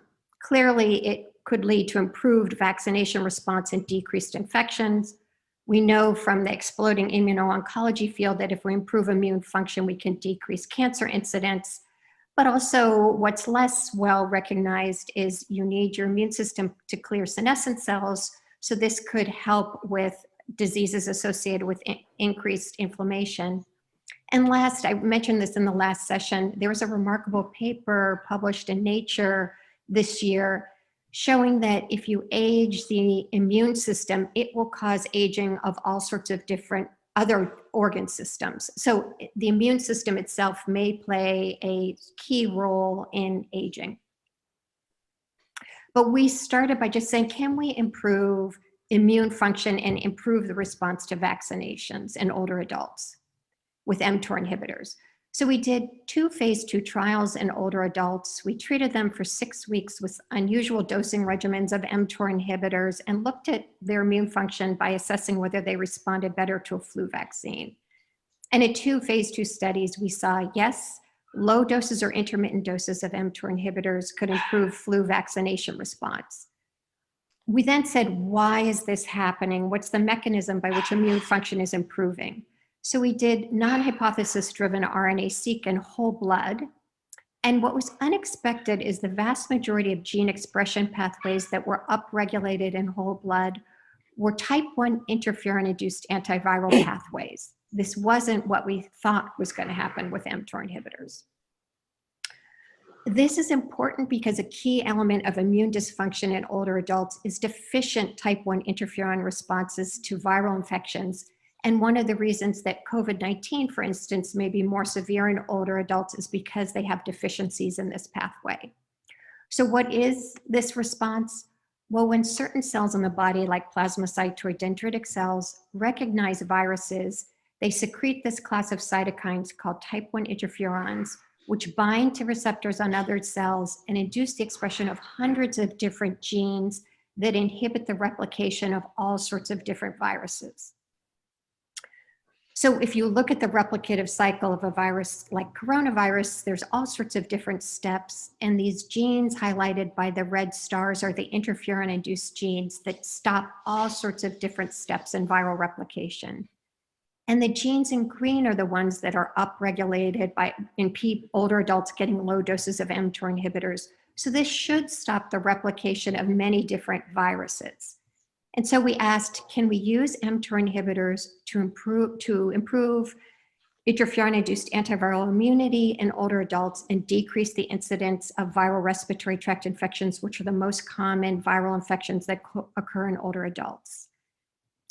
We used in these studies a particular kind of mTOR inhibitor called RTB101, which is an oral catalytic site inhibitor of mTOR. There's been confusion in the literature because this was a compound originally developed to be a dual mTOR PI3 kinase inhibitor by Novartis. But Novartis found when you use this in vivo or in humans, it never reaches concentrations high enough to inhibit PI3 kinase. It's really just an mTOR inhibitor. What's also interesting, there's been some questions in the chat about the safety of mTOR inhibitors. The therapeutic dose we have to use of this and other mTOR inhibitors to enhance immune function are tiny. For this drug, it's 1/120th the maximum tolerated dose in humans. So it's been very well tolerated in clinical trials in almost 2,000 older adults. So we did a large phase 2b and phase 3 trial to say, can we use this mTOR inhibitor to enhance interferon-induced antiviral immunity in older adults and protect them from lab-confirmed respiratory tract infections? The phase 2 was done in 652 subjects in 5 different high-risk patient groups. And what we found was that RTB101 dose-dependently decreased the incidence of lab-confirmed respiratory tract infections, but that people with COPD and current smokers were non-responders. We then had our end of phase 2b meeting with the FDA, and they said, for the phase 3, we want you to enroll everybody 65 and older who does not have COPD or is a current smoker. And they said, even though we wanted lab-confirmed RTIs for the phase 2b, we're learning with you in this new area of what is the right endpoint for a drug that improves immune function and antiviral immunity. And instead of lab-confirmed RTIs, we want you to have a phase 3 endpoint that just is based on patient symptoms, because patient symptoms are relevant to how they feel and function, but laboratory confirmation isn't relevant to how they feel and function. So the endpoint was respiratory symptoms that are consistent with a respiratory tract infection, irrespective of whether we could show they were due to a lab-confirmed infection, and we missed this endpoint. So despite the fact that the phase 3 didn't meet the endpoint, I think we learned a lot about what is the right trial design going forward for mTOR inhibitors and other geroprotectors to improve immune function. So one of the lessons we learned that was really important is that you can target aging biology safely, at least to date, in older adults. And particularly, we found that we could use low doses or intermittent doses of mTOR inhibitors. And we didn't see the side effects traditionally associated with much higher doses of mTOR inhibitors that are used in cancer and transplant patients like hyperlipidemia and hyperglycemia. We also found that in every trial, even the failed phase 3 trial, we can significantly upregulate this interferon-induced antiviral response. So there seems to be some benefit on the immune system of targeting this aging pathway. We also found that probably looking at the incidence of infections was the wrong endpoint. This upregulation of antiviral immunity seemed in both the phase 2b and phase 3 trial to have a greater treatment effect on decreasing severity of infections, which should be the endpoint going forward. Fourth, we found it didn't look like every virus responded to this upregulation of antiviral immunity. There was greater benefits for some viruses, such as coronaviruses, relative to other viruses like parainfluenza virus. So having a targeted viral endpoint, like infections caused by coronaviruses, is probably a better endpoint. And last, and I think this is important, in all our trials, the greatest benefit seemed to be in the oldest of the old. So I think just saying age 65 indicates you're old is probably too imprecise. And probably a lot of people who are 65 and older have a normal interferon response to viruses, but the older we get, the more we get deficiencies in this particular response and the better treatment benefit we see. So for instance, in the phase 2b trial, looking at the percent of subjects who develop laboratory confirmed RTIs in placebo in blue and in RTB treatment cohort in gray, you can see in the people over 85 years old, this was a pre-specified endpoint, there was a 66.7% reduction in the incidence of lab-confirmed RTIs versus a 19% reduction in people younger than 85. In the phase 3, there weren't enough people enrolled over 85 to assess, but we did a post-hoc analysis of people over 75, 43.2% reduction in the incidence of lab-confirmed RTIs in the RTB treatment group that approached statistical significance, but very little reduction in the people under age 75. So with all these lessons, we did a follow-on small pilot trial looking at RTB prophylaxis to decrease severity, not incidence, of a specific viral infection, COVID-19, in residents of nursing homes, the very elderly, and residents of nursing homes experiencing a COVID-19 outbreak. 18 people received RTB-101, 17 people received placebo. They were dosed for 4 weeks during the nursing home outbreak and followed for another 4 weeks. The primary endpoint that the FDA suggested for assessing COVID-19 severity in nursing home patients were the percent of subjects with laboratory confirmed COVID-19 with protocol-defined progressive symptoms, hospitalization, or death. And this was the results of this pilot trial. 4 out of 17 people in the placebo group developed severe COVID-19 and 2 died, whereas no one in the RTB-101 treatment group even developed a symptom of COVID-19. This is a small trial that needs to be reproduced in a bigger, well-powered study, but it does suggest we're starting to refine and get at the right endpoints for geroprotectors for improving immune function. So just in conclusion, this program does provide evidence that targeting aging biology to improve immune function in older adults may be a feasible Healthspan endpoint for geroprotectors. We also learned that we need a more targeted endpoint in patient population than what we were using in our phase 3 trial, and this can inform how to design future trials. And I think we also have to expect and understand there's going to be a learning curve for both sponsors and regulatory authorities as we move into these new Healthspan endpoints. I'd just like to thank everybody at this former company, Restore Bio, and NIH and NIA who supported this work. Jen, that is so amazing. Again, I think it was success. The trial was successful. The program was successful in many ways. And if you had used an endpoint that did not depend on symptomatic evaluation, you would have had a different result. And that's the key point. Are we asking too much to have evidence that people are experiencing, they're noticing the benefit? We don't ask that of a cholesterol lowering drug, obviously, But in this case, it made a big difference. That was a big hill to climb, and you came pretty close. I could just jump in. I do think symptoms in the elderly is a tough endpoint because they have so many symptoms, and they can have shortness of breath because they have heart failure, they have allergies, they have some COPD, they have a respiratory tract infection. It's really murky. So that laboratory confirmation does help sort of get an endpoint where if you're improving antiviral immunity, you're more likely to hit.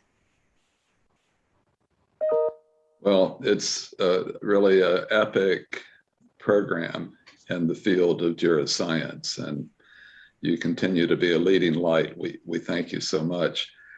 In the interest of time, I know there's so many questions that people would like to ask Joan, but let's go on to Mark Espeland, who is a senior biostatistician and responsible for helping to develop I think, a very important concept that is a composite endpoint that could be used to support a therapeutic indication for preventing onset of one or more chronic diseases, or one of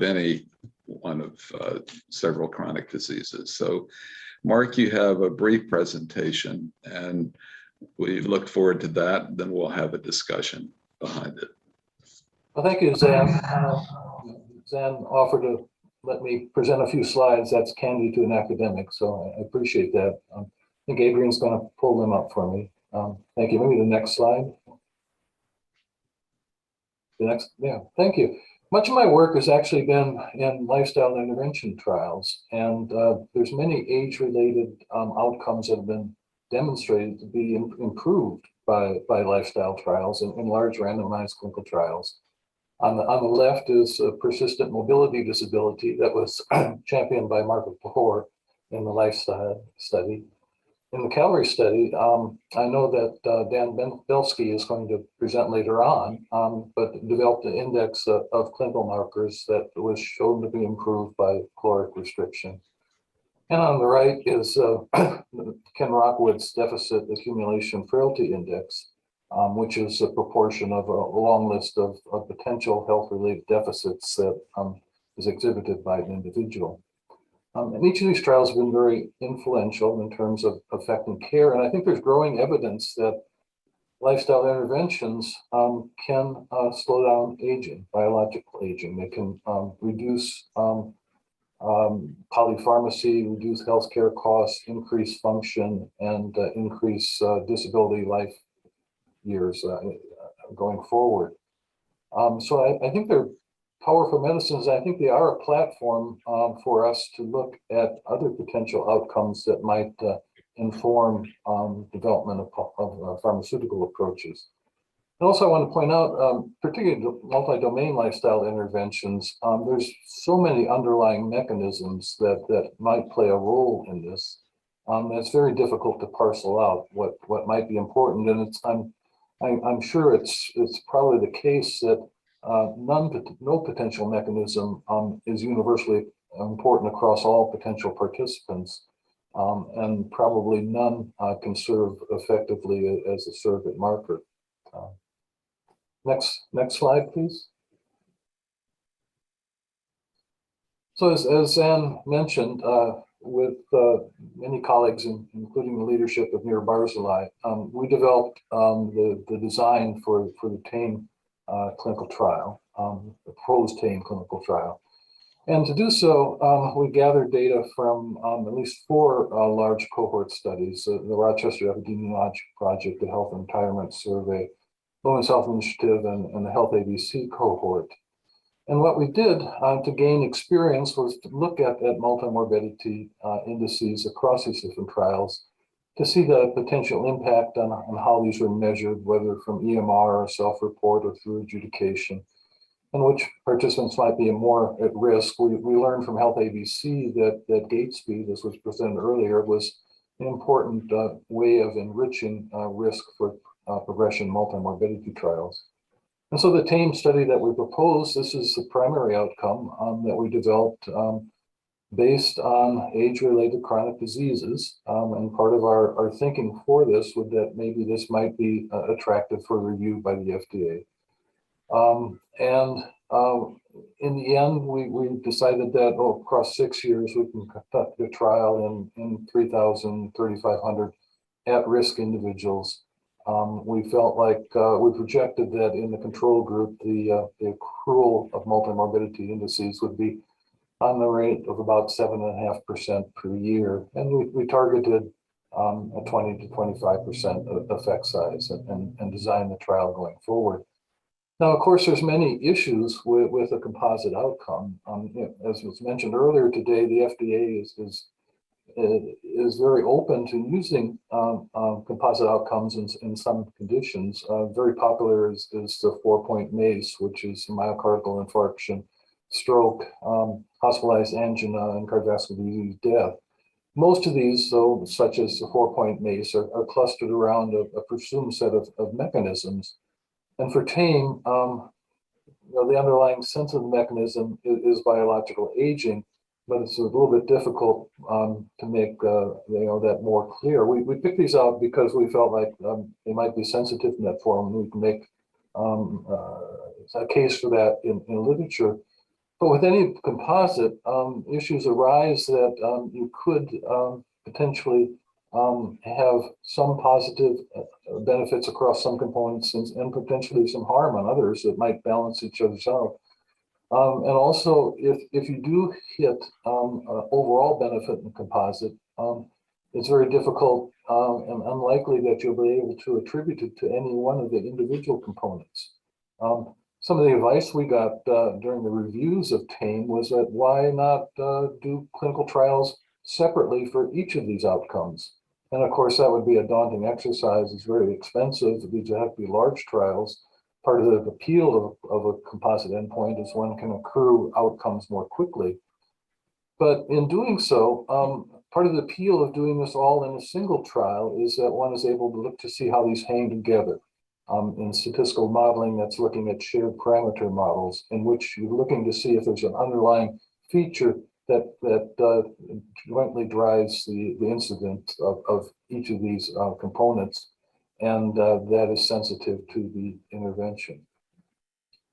I want to move to the next slide. Next slide, please.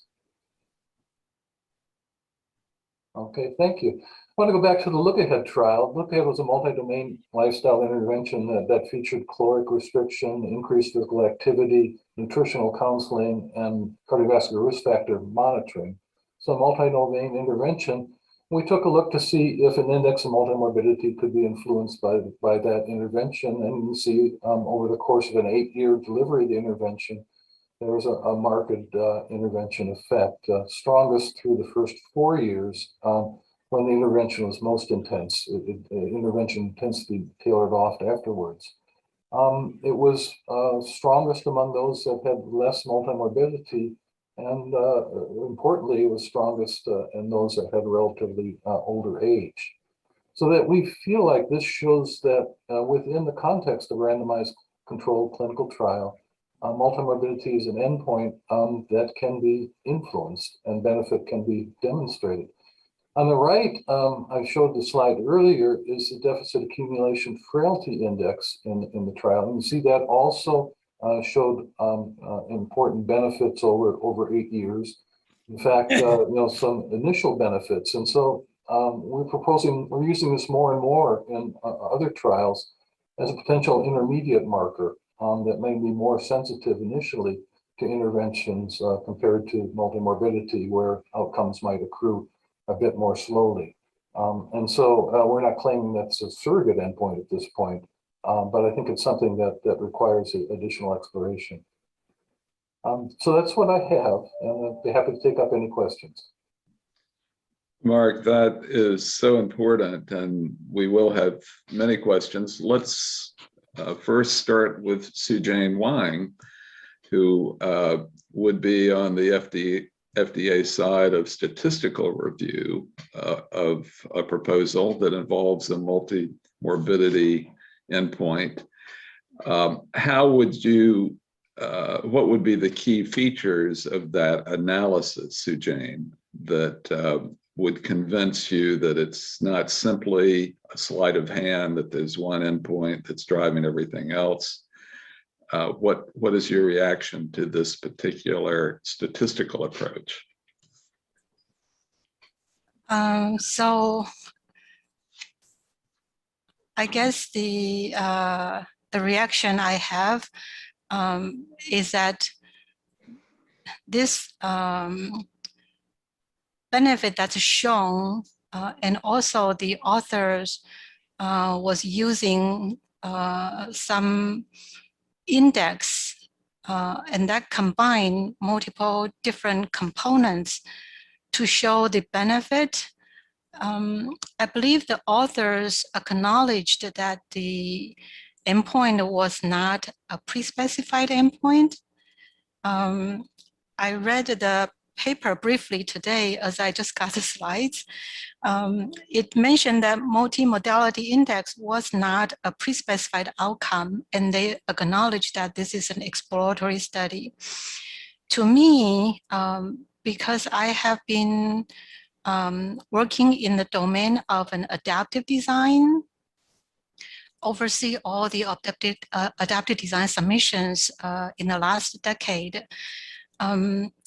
There are utilities that could be useful once the exploration is done enough, that there should be just a limited uncertainties. And for those limited uncertainties, they will be good places to design a confirmatory trial with minimum adaptation for a successful drug development. But not to elaborate too much, I think that's my reaction at this point. Well, that is very helpful, Sujane. I appreciate that. Let's switch over to Peter Libby. You know something about MACE, another composite endpoint. What would be your reaction to this approach, which is analogous, but of course, multimorbidities of very different nature? Well, we'd be dead in the water in the cardiovascular arena if we didn't use composite endpoints.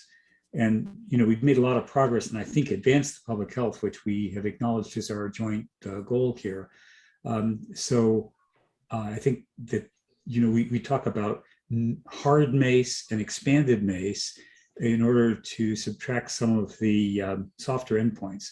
So, for example, in the CANTOS trial, which was the first trial that targeted inflammation, a large-scale clinical trial that targeted inflammation in cardiovascular disease, we deliberately selected hard MACE, and that was myocardial infarction, stroke, or death from cardiovascular death as the endpoint, and excluded things like hospitalization for heart failure or revascularizations because they're softer endpoints, because we knew that would be controversial and we were the sort of first on goal. And we were wearing armor plate from all the attacks we'd had through the years from other aspects of the preventive community, because we had the temerity to propose that inflammation could be a target. So we selected the hard composite endpoint. And I think that managed to quell some of the unhappiness on the part of some of our critics. So yes, for composite endpoints, but select them carefully and try and narrow them down to the most defensible and hardest endpoints.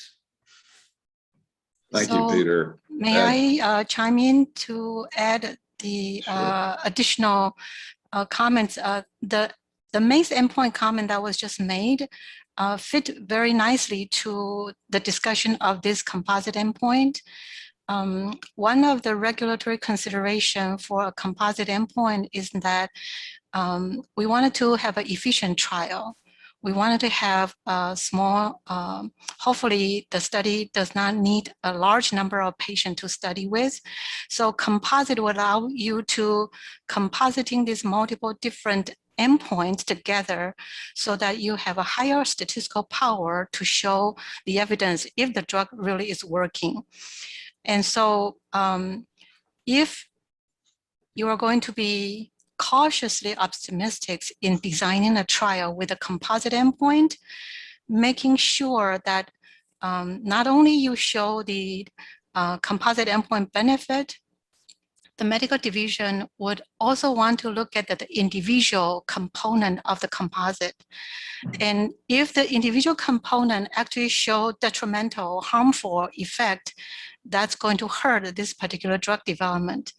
So this cautiously optimistic idea that I was thinking of, which is more of a regulatory research, not yet as a regulatory decision-making, is that an adaptation could help you adapt on those pre-specified components where you had a serious discussion with the regulators. And for those individual components, you really want to trim down, not too many, but they are clinically relevant. The key word here is they must be clinically relevant in order for it to be part of the clinical benefit consideration.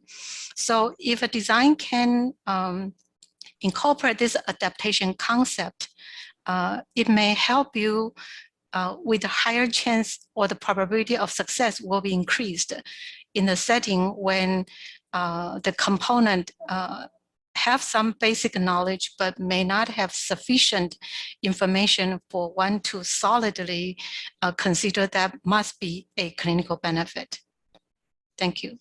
Thank you, Sue Ann. Invaluable comments.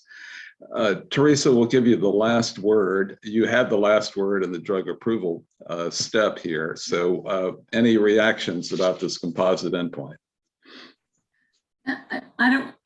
We've seen composite endpoints and they can work. It's always difficult for the review team when one of the items in the composite doesn't, fails, and then what do you do in that kind of situation? I think when you're crossing various disease states like this, that the phase 2 data will be vital to go to all funnel into a single phase 3 trial. And you need to get agreement of all the various divisions. The way we're set now, you need to get agreement among all the various divisions to the construct of the phase 3 trial. But the phase 2 data, making sure that the dose for each of these various different disease states is actually the same. Those are the things that really, that's all the background work that needs to go into things before you can get to a large multi-composite phase 3 trial. Theresa, thank you so much. And to all our panelists, there you go. We went through 2 hours and it flew by for me. I wish we had another 2 hours or more. We'll do this in some shape or form again, but I can't thank all of you enough. This was just a terrific discussion.